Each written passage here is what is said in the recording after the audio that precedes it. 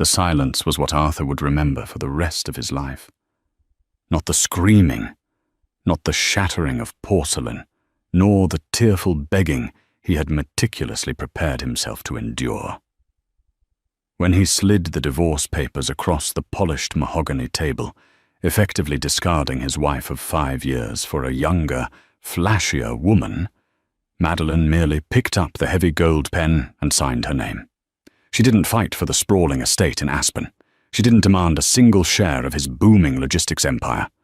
She accepted the end of their marriage without a solitary word. But what Arthur didn't know was that his newly minted ex-wife was not the penniless, small-town girl he had always believed her to be. He was about to find out that the woman he had just callously thrown away was the sole heir to the sterling fortune. The offices of Finch, Reynolds and Associates smelled of old money, leather, and impending ruin. It was a scent Arthur Pendleton had grown to love over the past 3 years as his net worth skyrocketed. Sitting in the plush leather chair opposite his high-priced divorce attorney, Gregory Finch, Arthur adjusted the cuffs of his bespoke Italian suit. He checked his Rolex. It was 2:15 p.m. Madeline was late. Beside Arthur sat Chloe Kensington. Chloe was everything Madeline was not: loud, radiant, draped in designer labels, and aggressively ambitious. As the vice president of public relations at Arthur's logistics company, Pendleton Freight, Chloe had initially managed his public image before moving on to manage his private life. She leaned over, resting a manicured hand with a massive 3-carat diamond engagement ring on Arthur's thigh. "Do you think she's going to make a scene?" Chloe whispered, her voice laced with a potent mix of faux concern and genuine excitement.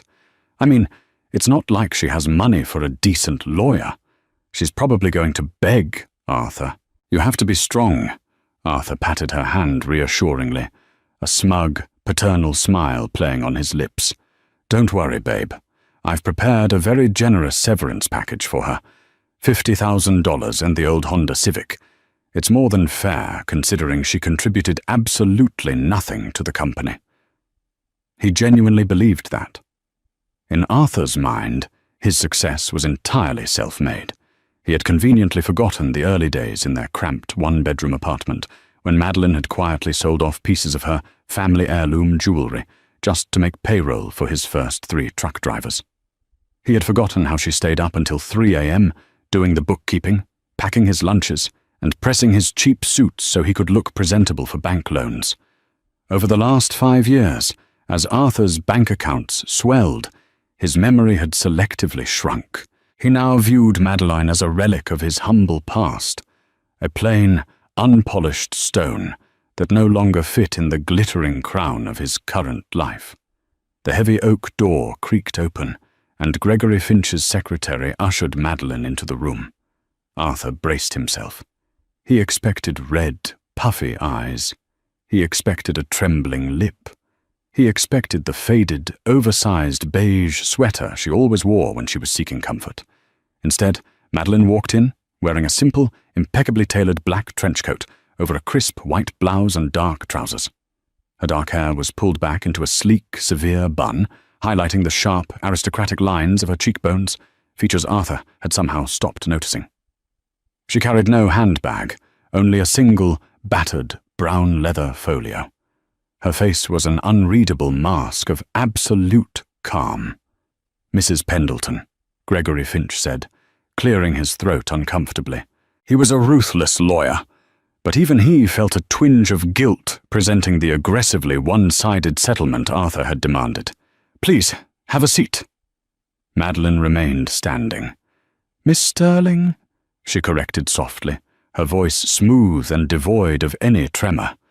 "I will be returning to my maiden name." Arthur scoffed quietly, leaning back in his chair. Sterling. It was such an aggressively common name, yet she always said it with a strange sort of quiet pride that used to amuse him. "Right, Miss Sterling," Finch continued, shuffling the thick stack of legal documents. "We are here to finalize the dissolution of your marriage to Mr. Pendleton, as per the prenuptial agreement." "There was no prenuptial agreement, Gregory," Madeline interrupted smoothly. Finch flushed. Yes, well, in the interest of an expedited and amicable separation, mister, Pendleton is offering a lump sum of $50,000, title transfer of the 2018 Honda, and he will cover your health insurance for the next 6 months. In exchange, you waive all rights to Pendleton Freight, the primary residence, the vacation properties, and any future spousal support. Do you have legal counsel present to review these terms? Madeline's icy blue eyes finally shifted to Arthur. Arthur sat up a little straighter, squaring his shoulders, ready for the inevitable explosion. He was ready to justify his actions, ready to explain that they had simply grown apart, that he operated on a higher frequency now, that Chloe understood the demands of corporate warfare in a way a simple housewife never could. But Madeline didn't speak to him. She didn't look at Chloe, treating the other woman with the ultimate insult of complete and utter invisibility. Madeline reached out, picked up the heavy Mont Blanc fountain pen resting on Finch's desk, and flipped directly to the last page of the thick document. "Madeline, wait," Arthur said, his brow furrowing in sudden confusion. "You don't want to read it. You don't want to negotiate." She didn't pause. With 3 fluid, elegant strokes, she signed her name, Madeline Grace Sterling. She capped the pen and set it down with a soft click that echoed like a gunshot in the dead silent room. Then she reached into her coat pocket, retrieved her platinum wedding band, and placed it precisely in the center of the signed document. "Keep the 50,000, Arthur," Madeline said. Her tone wasn't bitter. It wasn't angry. It was terrifyingly indifferent. "Consider it a parting charitable donation, and the Honda is parked in the visitor's lot. The keys are in the visor." Chloe let out a breathy, nervous laugh. "Are you crazy? You're walking away with nothing? Where are you even going to live?"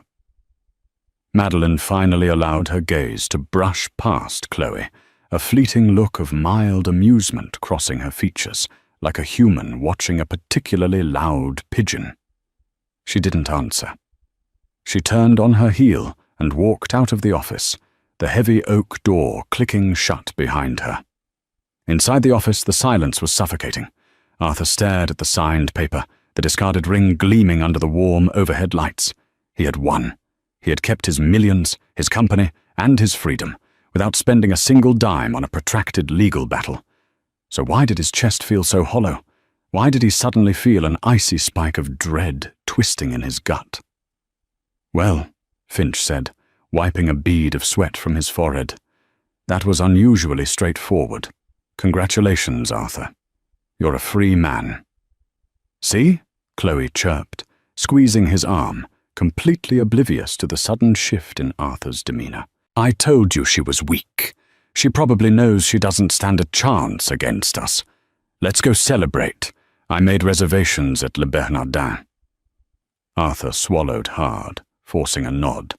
"Yeah, let's go." The weather outside perfectly matched the grim reality of a broken home. A torrential downpour was washing the grey streets of the city, the sky a bruised purple, heavy with rolling thunder. Arthur and Chloe took the private elevator down to the ground floor of the legal building, emerging into the sprawling, marble-floored lobby. Through the towering glass doors, Arthur could see the valet stand, completely overwhelmed by the sudden storm. Dozens of wealthy clients in suits and designer dresses were huddled under the awning, impatiently waiting for their cars. And there, standing entirely apart from the crowd, at the very edge of the curb where the rain was splashing against her ankles, was Madeline. She stood perfectly straight, the collar of her black trench coat turned up against the biting wind. She hadn't bothered to ask the doorman for an umbrella. She was completely exposed to the elements, staring blankly down the rain-slicked avenue. Chloe nudged Arthur, a cruel, triumphant smirk on her face. Look at her, standing out there in the rain like a stray dog. Do you think we should offer her a ride to the subway station? I wouldn't want her to catch a cold on her first day of poverty. Leave it alone, Chloe, Arthur muttered, his eyes fixated on his ex-wife's back. The sight of her standing there in the storm was supposed to make him feel powerful, vindicated. Instead, it made his skin crawl with an inexplicable anxiety. He stepped closer to the glass doors, unable to look away. Outside, a low, powerful rumbling sound began to cut through the noise of the pouring rain and the honking traffic. It wasn't the sound of thunder. It was the synchronized, deep-throated growl of massive engines. Suddenly, the chaotic flow of yellow taxis and standard sedans on the avenue was abruptly cut off. 4 black Cadillac Escalades, their windows tinted so dark they looked like moving voids, swerved aggressively into the lane directly in front of the legal building, blocking traffic entirely. Horns immediately began to blare from angry commuters, but they were swiftly silenced as the doors of the Escalades flew open. A dozen men poured out into the rain. They were mountains of muscle, clad in immaculately tailored midnight blue suits, earpieces discreetly tucked into their ears. They moved with terrifying military precision, immediately forming a perimeter around the valet stand, physically pushing the angry, wealthy patrons back towards the building. "Hey, what the hell do you think you're doing?" a man in a bespoke suit yelled, but one of the security men merely shot him a look so lethal the man immediately stepped back, raising his hands in surrender. "Arthur, what is going on?" Chloe gasped, her fingers digging into his bicep.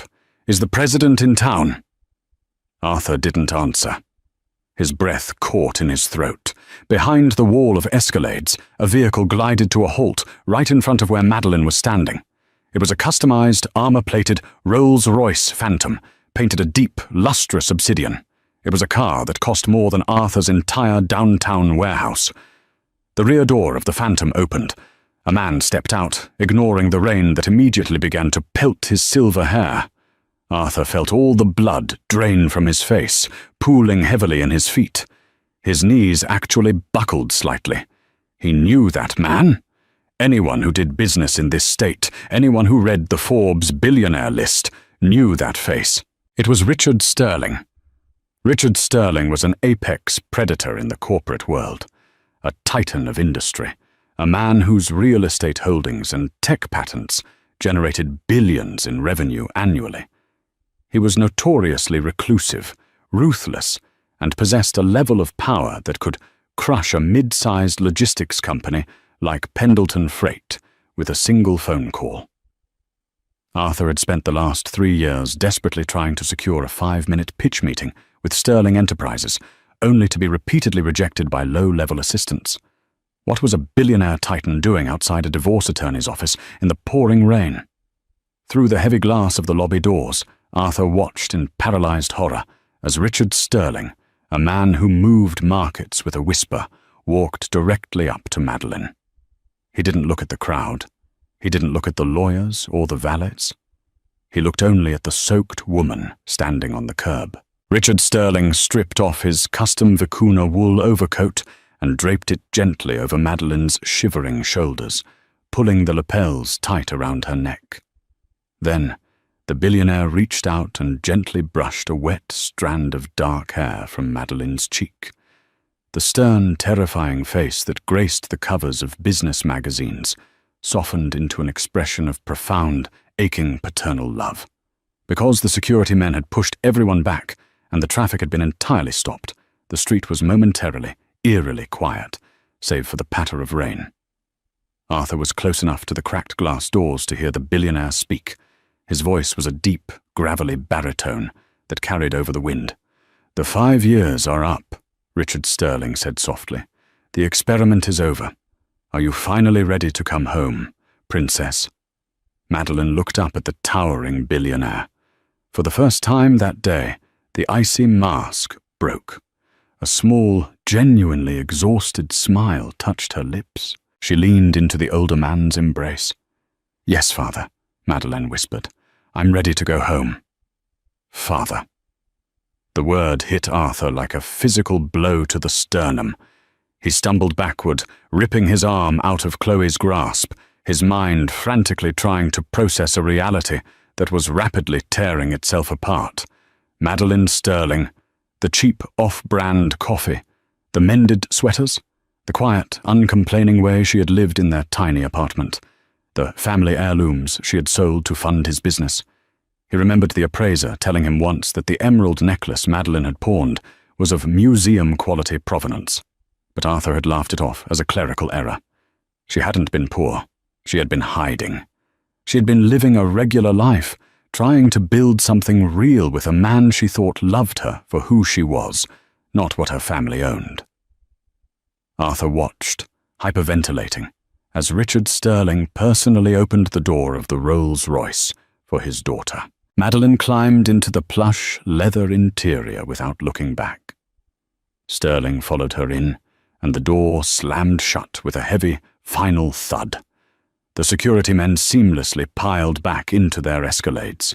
Within 10 seconds, the entire phantom convoy peeled away from the curb, disappearing down the rain-slicked avenue, leaving the street entirely empty, save for the stunned crowd. "Arthur?"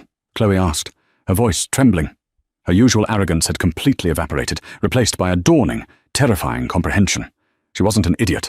She recognized Richard Sterling, too. "Arthur, was she?"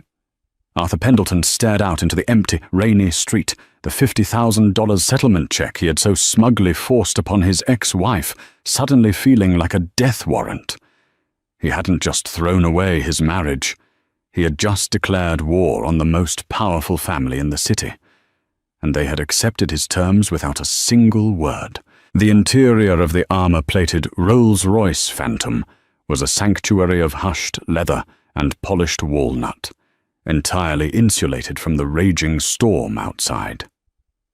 Madeline sat in the plush, heated seat, the faint scent of her father's expensive cedar cologne washing over her.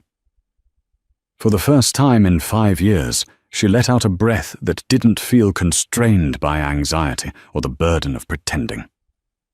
Richard Sterling poured 2 glasses of aged Macallan from the crystal decanter housed in the center console.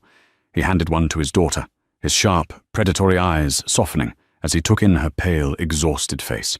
"Drink," he commanded gently. "You look like you've been living on instant coffee and tap water." Arthur preferred the generic brand, Madeline replied, her voice raspy, a ghost of a bitter smile touching her lips. He said it built character and kept the overhead low. Richard's jaw tightened, a dangerous muscle ticking beneath his ear. As the CEO of Sterling Enterprises, a conglomerate with aggressive holdings in real estate, international shipping, and telecommunications, he was a man who destroyed rival corporations before his morning espresso. Watching his only child endure half a decade of manufactured poverty for a man as pedestrian as Arthur Pendleton had been pure agony. "The 5-year timeline was your idea, Madeline," Richard reminded her, his voice a low rumble. "You stood in my office at 22 years old, completely defiant. You told me you wanted a marriage built on genuine love, not a corporate merger orchestrated by Goldman Sachs. You begged for the chance to be a nobody, so you could find a man who loved you for your mind, not my money."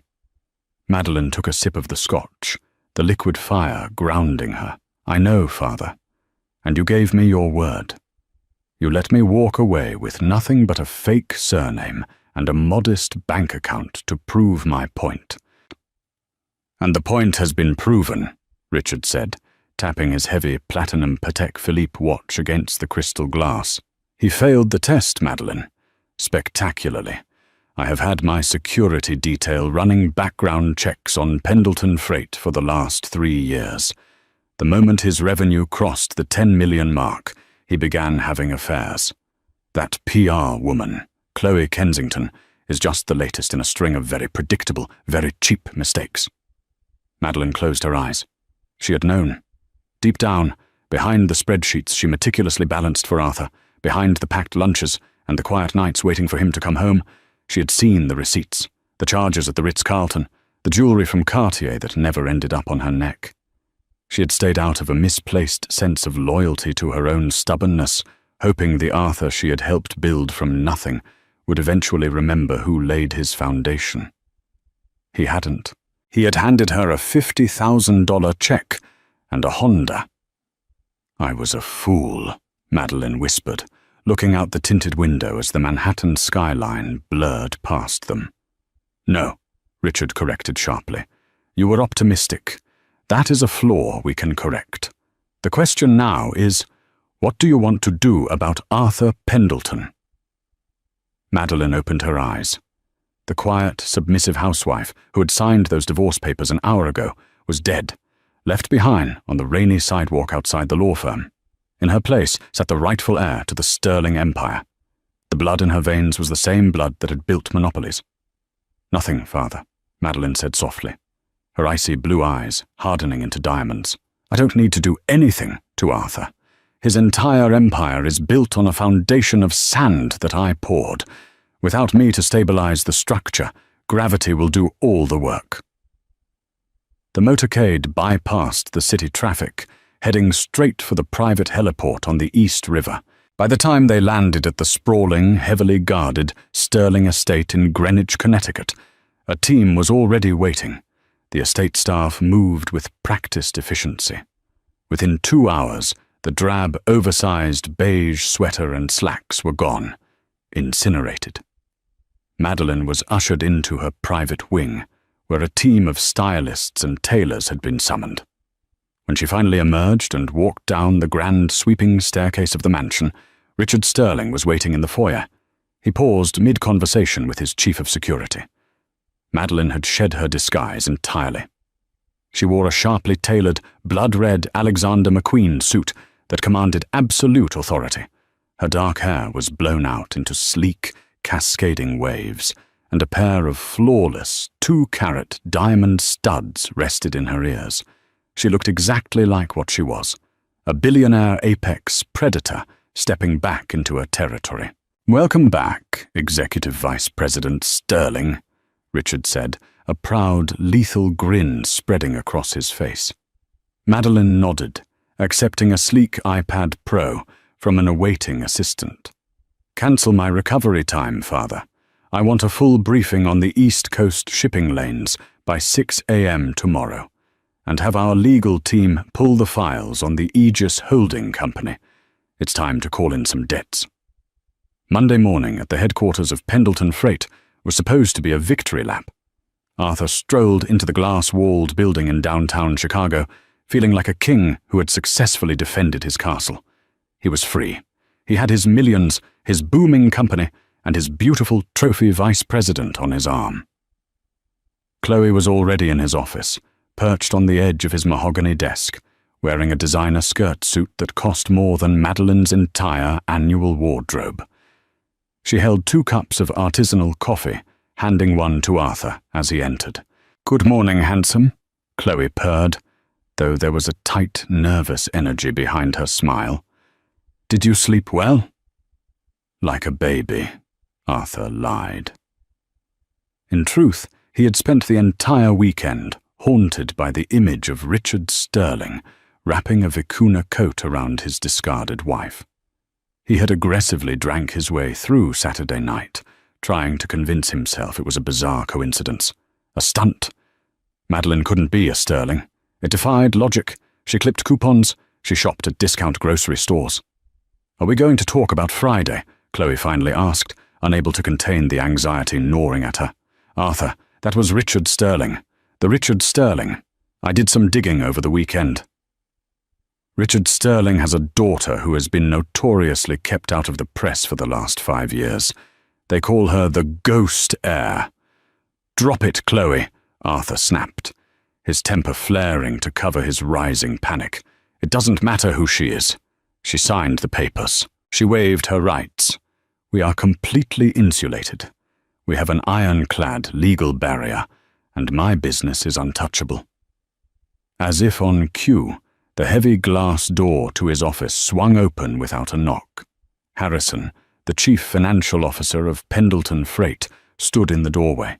He was a balding man in his 50s who usually carried himself with a boring, predictable calm. Right now he was sweating profusely, his tie loosened, clutching a stack of manila folders to his chest like a shield. "Arthur," Harrison breathed, ignoring Chloe entirely. "We have a catastrophic problem." "Harrison, what did I say about knocking?" Arthur reprimanded, gesturing to his VP. "Chloe and I were just reviewing the quarterly PR strategy."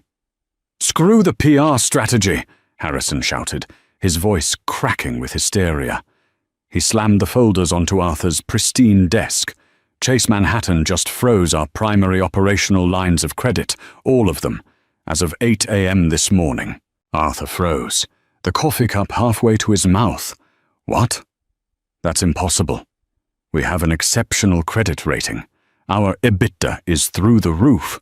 We just posted a record-breaking quarter. We don't have a credit rating, Arthur, Harrison yelled, pulling out a stark white document stamped with red bank seals. Aegis Holding Company has officially withdrawn as our primary guarantor. Without them backing our debt, the bank flagged us as a high-risk entity and immediately pulled the plug. Arthur's mind went blank. Aegis? What the hell is Aegis? I'm the guarantor of this company. I built this from the ground up. Harrison looked at Arthur as if he were staring at a madman. Are you deaf, Arthur? Aegis Holding Company is the silent venture capital firm that guaranteed our original $3 million startup loan 5 years ago. They've been quietly co-signing every major equipment lease and expansion loan we've ever taken out. I thought you knew. I assumed they were your silent partners. Arthur felt the blood drain from his head. 5 years ago, the exact time he had married Madeline, the exact time his tiny, struggling delivery service had suddenly been approved for a massive corporate loan that he had smugly attributed to his excellent business pitch. Who? Arthur choked out, gripping the edge of his desk to keep the room from spinning. Who owns Aegis Holding Company? Harrison flipped the document over, his hands trembling. It's a subsidiary. It rolls all the way up to a private wealth management trust, controlled entirely by Sterling Enterprises. Chloe gasped, covering her mouth with her manicured hand. The artisanal coffee slipped from her fingers, splashing dark stains across the white carpet. She owned us, Chloe whispered in horror. Madeline owned the company. Get the bank on the phone, Arthur ordered, his voice shaking with a terrifying blend of rage and absolute terror. Get the loan officer. Tell them I will personally secure the debt against my personal assets. The house in Aspen, the stock portfolio, offer it all. I already tried, Harrison said bleakly, running a hand over his sweaty scalp. The bank doesn't want your assets, Arthur. You are highly leveraged. But that's not even the worst of it. Harrison pulled a ringing smartphone from his pocket. He didn't answer it. He just showed the caller ID to Arthur. It read, Global Imports Logistics. They were Pendleton Freight's biggest client, responsible for nearly 40% of their annual revenue. They called 10 minutes ago, Harrison said, his voice hollow. They are terminating their contract, effective immediately, citing a breach of faith clause in Section 4. Breach of faith? Arthur exploded, sweeping his arm across his desk, sending his expensive pen set and a crystal paperweight crashing to the floor. We deliver their cargo ahead of schedule every single week. Call them back. Threaten them with litigation. They can't just walk away. They can when their CEO is drinking buddies with Richard Sterling, Harrison replied brutally. Arthur, 3 more major clients have emailed since I walked into this office. Technova, Horizon Shipping, and Blue Ocean Freight. They're all pulling out. It's a coordinated exodus. Arthur staggered backward, falling into his leather chair. The reality of his situation crashed down on him with the weight of a collapsing skyscraper. He hadn't built an empire. He had been playing in a very expensive sandbox, subsidized entirely by the woman he treated like a burden. Madeline had quietly stabilized his supply chains, silently guaranteed his risky loans, and magically smoothed over relationships with elite clients who were clearly only doing business with Arthur as a favor to the Sterling family. Arthur, Chloe whined, tugging at his sleeve. Do something. Call her. Apologize. Tell her you made a mistake. Arthur looked at Chloe, the glittering diamond on her finger suddenly looking cheap and grotesque. He realized with sickening clarity that the power, the wealth, and the prestige Chloe was so attracted to had never actually belonged to him. He picked up his phone with shaking hands and dialed the number he had deleted from his contacts just 3 days ago. It rang once, twice, 3 times. Then an automated voice clicked on, dripping with cold corporate efficiency. "You have reached the private line of Madeline Sterling, Chief Operating Officer of Sterling Enterprises.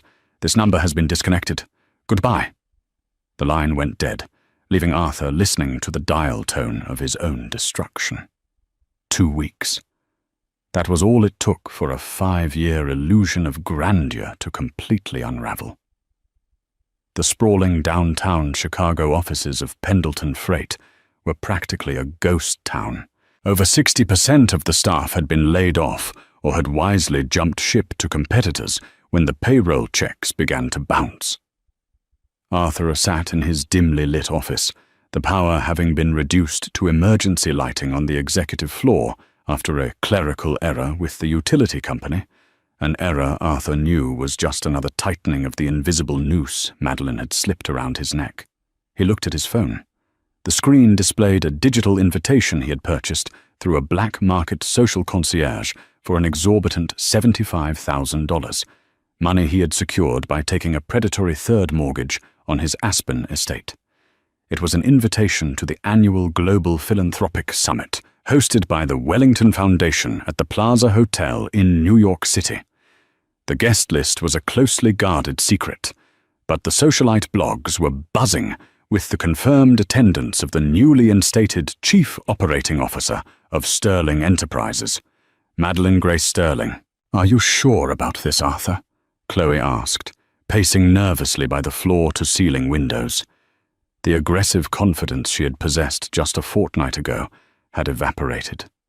She was wearing a skin-tight, sequined Versace gown that had cost a fortune, yet in the grim lighting of a dying company, it just looked desperate. "We're hemorrhaging money.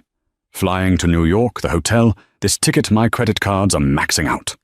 "We don't have a choice," Arthur growled, adjusting the collar of his Tom Ford tuxedo. The suit used to make him feel invincible. Now it felt like borrowed armor. "She's freezing me out. Her lawyers won't return Gregory Finch's calls. The banks won't touch me. The only way to stop this bleeding is to get her face to face." "Madeline is soft, Chloe. You didn't know her like I did. If I can just get her alone, look her in the eyes, and remind her of what we built together, I can get her to call off the dogs. She owes me that." Chloe stopped pacing, her eyes narrowing. "She owes you?" "Arthur, she literally owned the bank that funded you." "I did the work," Arthur snapped, his voice echoing off the empty glass walls. He refused to let go of his delusion. "I was the face. I managed the logistics. She just signed papers. She's throwing a temper tantrum, and I need to put a stop to it." By 8 p.m. the following evening, Arthur and Chloe found themselves stepping out of a rented town car onto the red carpet outside the Plaza Hotel. The flashing bulbs of dozens of paparazzi cameras created a blinding, strobe light effect. Arthur puffed out his chest, automatically putting on his best CEO smile, expecting the photographers to shout his name. Instead, the cameras remained dead silent as he and Chloe walked past. A photographer actually lowered his lens, looking at them with mild annoyance, before shouting to his colleague, "Keep the lane clear. The Rothschilds' motorcade is 2 minutes out." Arthur's smile faltered. The reality of his complete irrelevance in this echelon of society hit him with the force of a physical blow. They handed their astronomically expensive digital ticket to the stoic, white-gloved attendant at the door. The man scanned it, his eyebrows raising slightly at the third-party purchase code, but he smoothly unhooked the velvet rope. Stepping into the grand ballroom was like stepping into another universe. The wealth in the room was suffocating. There were no flashy logos or loud, boastful conversations. This was old money, quiet power, and ruthless influence. Women wore understated, custom couture and museum-quality jewels. Men wore bespoke tuxedos that fit like second skins. They were drinking vintage Dom Perignon and discussing the acquisition of sovereign debt as casually as one might discuss the weather. Arthur grabbed 2 glasses of champagne from a passing waiter, downing his in a single gulp. He scanned the room, his heart pounding a frantic rhythm against his ribs. Then the low hum of conversation in the ballroom subtly shifted.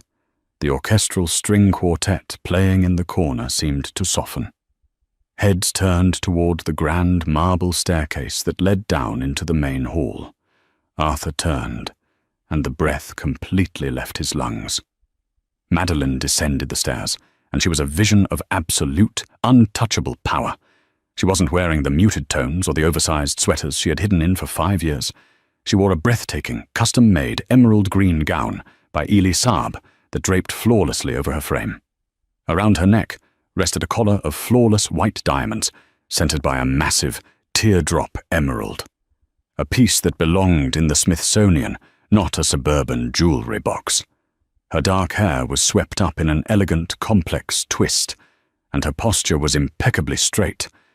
But it wasn't just the clothes or the jewels, it was the aura. She radiated a quiet, terrifying authority. The men and women in the room, CEOs, senators, and tech billionaires, visibly parted to make way for her, offering deferential nods and warm smiles. Beside her, holding her elbow with a light, familiar touch, was Nathaniel Reed. Nathaniel was the 32-year-old heir to the Reed banking dynasty and the founder of a green energy tech firm that had recently gone public. He was devastatingly handsome, fiercely intelligent, and possessed a net worth that tripled Arthur's wildest fantasies. Arthur watched, paralyzed by a toxic mix of jealousy and panic, as Nathaniel leaned in and whispered something to Madeline, making her laugh. It was a genuine, bright laugh, a sound Arthur hadn't heard from her in years. "Is that her?" Chloe whispered, shrinking slightly into Arthur's side, painfully aware of how cheap her sequined dress looked compared to the elegance surrounding them. "Arthur, she looks like royalty." "She's just a woman," Arthur hissed, though his voice trembled. The whiskey and champagne were fueling a desperate, reckless courage. "Wait here." Before Chloe could stop him, Arthur pushed his way through the crowd of billionaires and socialites.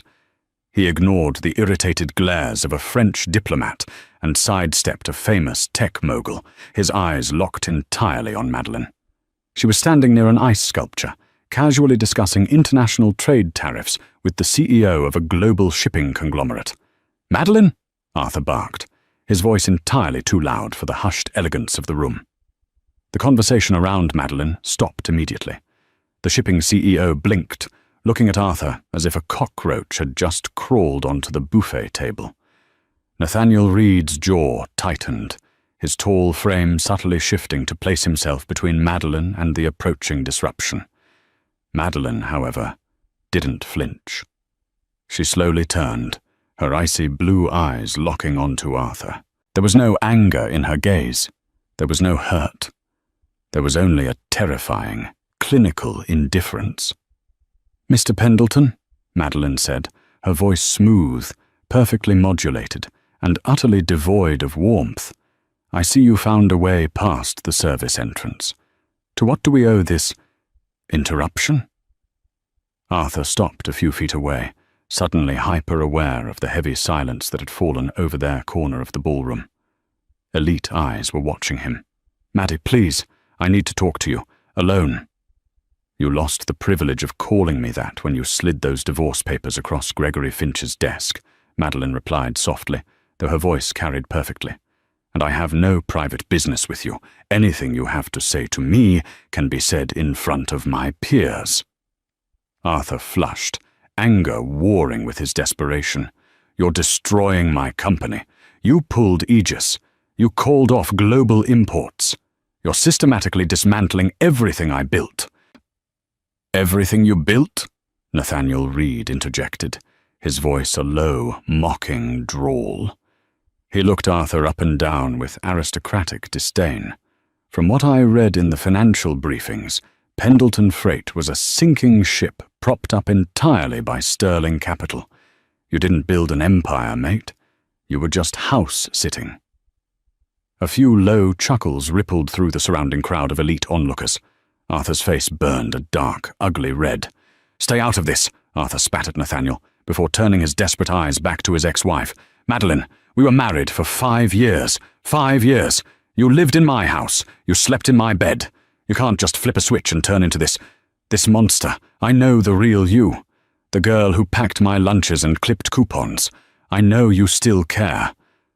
Madeline tilted her head slightly, looking at Arthur as if examining a deeply flawed piece of machinery. "You don't know the real me, Arthur." "You never did," Madeline said, her voice dropping to a whisper that commanded complete attention. "You saw what you wanted to see. A compliant, quiet asset that demanded nothing and provided everything.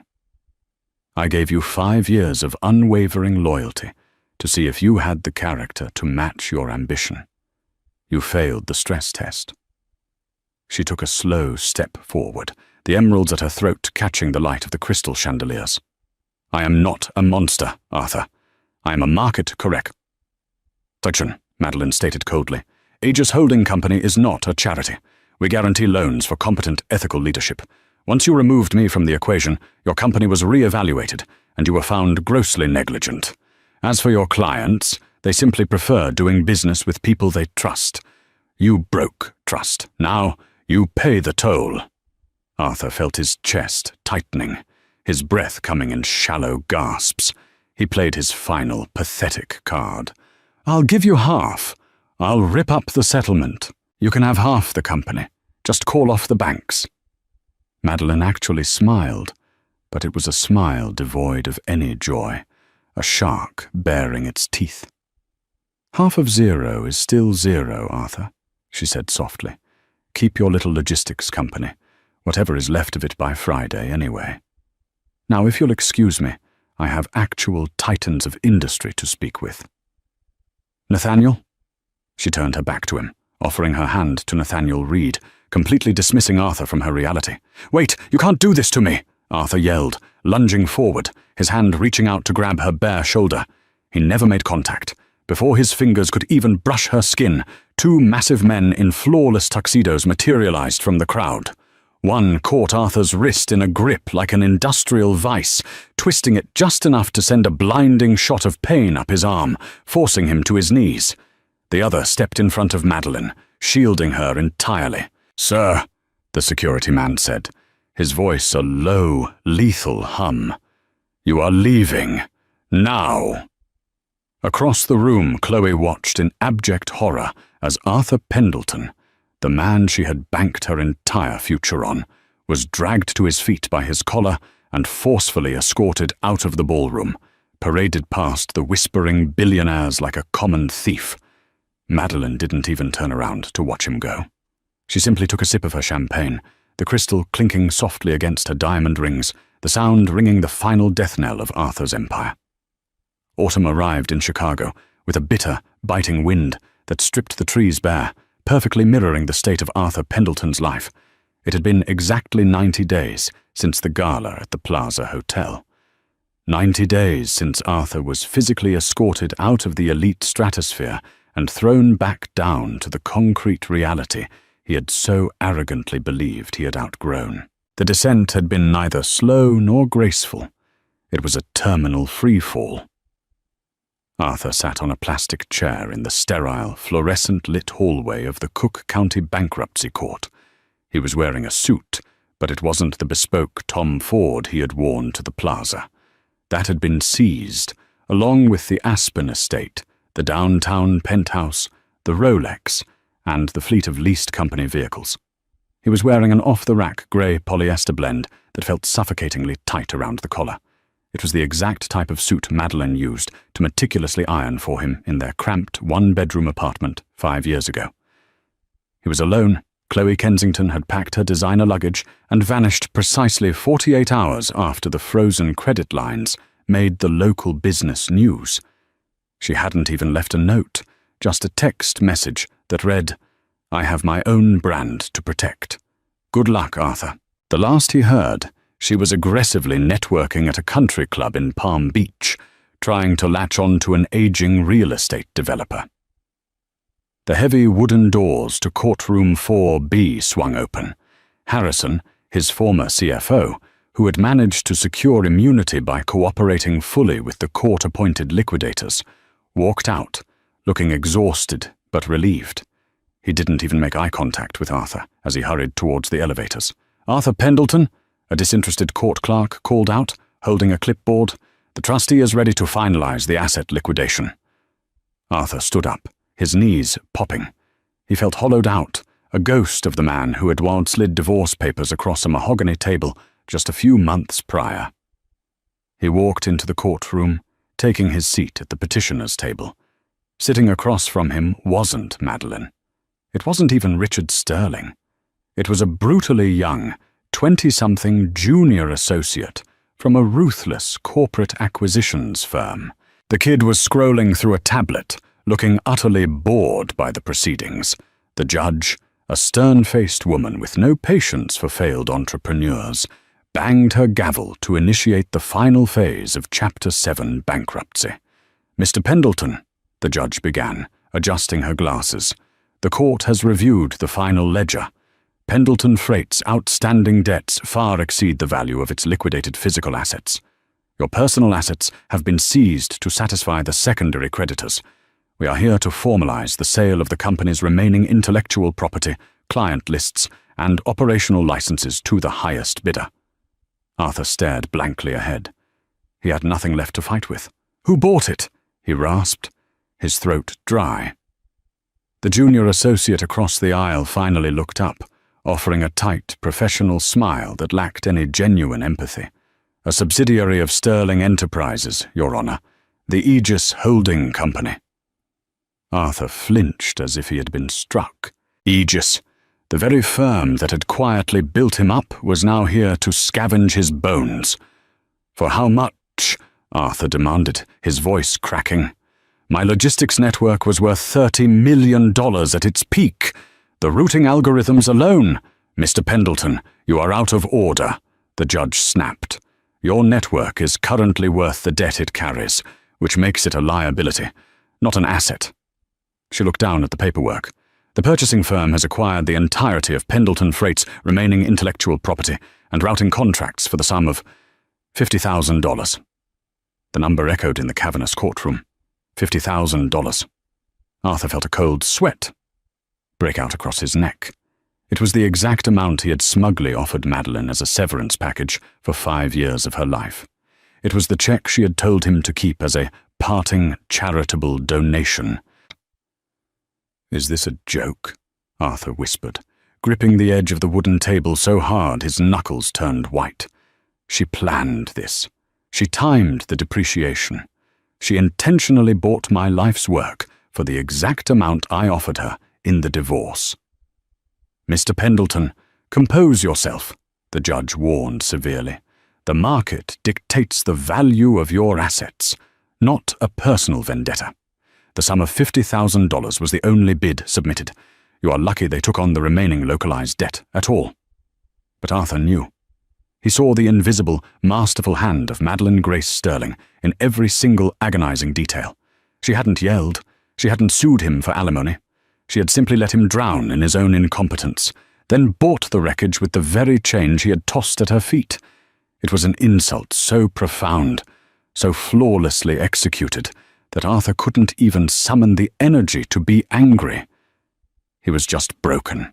With a trembling hand, Arthur picked up the cheap plastic pen the bailiff offered him. He stared at the signature line. 5 months ago, Madeline had signed away her marriage with a gold Mont Blanc pen, perfectly calm, knowing she held the keys to the kingdom. Now, Arthur signed away his entire existence with a 10-cent ballpoint, knowing he had absolutely nothing. When he walked out of the courthouse, the rain had started to fall again, a chilling, freezing drizzle. Arthur pulled the collar of his cheap suit jacket up, shivering as he walked towards the bus stop. He didn't have a car. The Honda Civic he had tried to force on Madeline had been repossessed to pay for his failed legal defense. As he stood shivering under the meager shelter of the bus stop, he looked up at the massive digital billboard plastered against the side of a towering skyscraper across the plaza. The advertisement switched, flashing a brilliantly illuminated cover of Forbes magazine. Arthur's breath hitched. Staring down at him from the billboard, 50 feet tall and radiating absolute dominance, was Madeline. She was wearing a sharp, midnight blue power suit, her arms crossed, a look of serene, terrifying intelligence in her icy blue eyes. Beside her stood Nathaniel Reed, looking at her with a mixture of deep respect and undeniable adoration. The headline emblazoned in bold white letters across the billboard read, "The New Architects of Industry. Madeline Sterling and Nathaniel Reed announce historic corporate merger and engagement." Arthur stared at the woman he had called boring, the woman he had discarded because she didn't fit his cheap, flashy vision of success. He watched the rain streak down the glowing digital image of her face, realizing with absolute clarity the magnitude of his mistake. Madeline had never been a passenger in his life. She had been the engine, and when he uncoupled her, he hadn't left her behind. He had simply severed his own brakes on the edge of a cliff. The city bus groaned to a halt in front of Arthur, splashing a wave of cold, dirty street water against his slacks. He didn't even flinch. He just pulled a crumpled dollar bill from his pocket, stepped onto the bus, and took a seat in the back, entirely swallowed by the shadows, while the princess of the Sterling Empire continued to shine brilliantly above the city skyline. Arthur Pendleton's story is a brutal testament to the dangers of unchecked hubris and the fatal flaw of underestimating quiet strength. He was blinded by the superficial trappings of success, mistaking the flashy aesthetic of wealth for the actual mechanics of power. In discarding Madeline for someone loud and ambitious, he threw away the very foundation that kept his fragile empire standing. Madeline's vengeance was so devastating precisely because it wasn't born of malice, but of clinical withdrawal. She simply stopped doing the invisible labor that kept him afloat. The story concludes not with a dramatic screaming match, but with the cold, hard mathematics of reality. Arthur learned too late that true power doesn't need to announce itself, and that a crown isn't something you buy. It is something you inherit, protect, and wield with terrifying precision. Terrifying precision. Terrifying precision. Terrifying precision. Terrifying precision. Terrifying precision.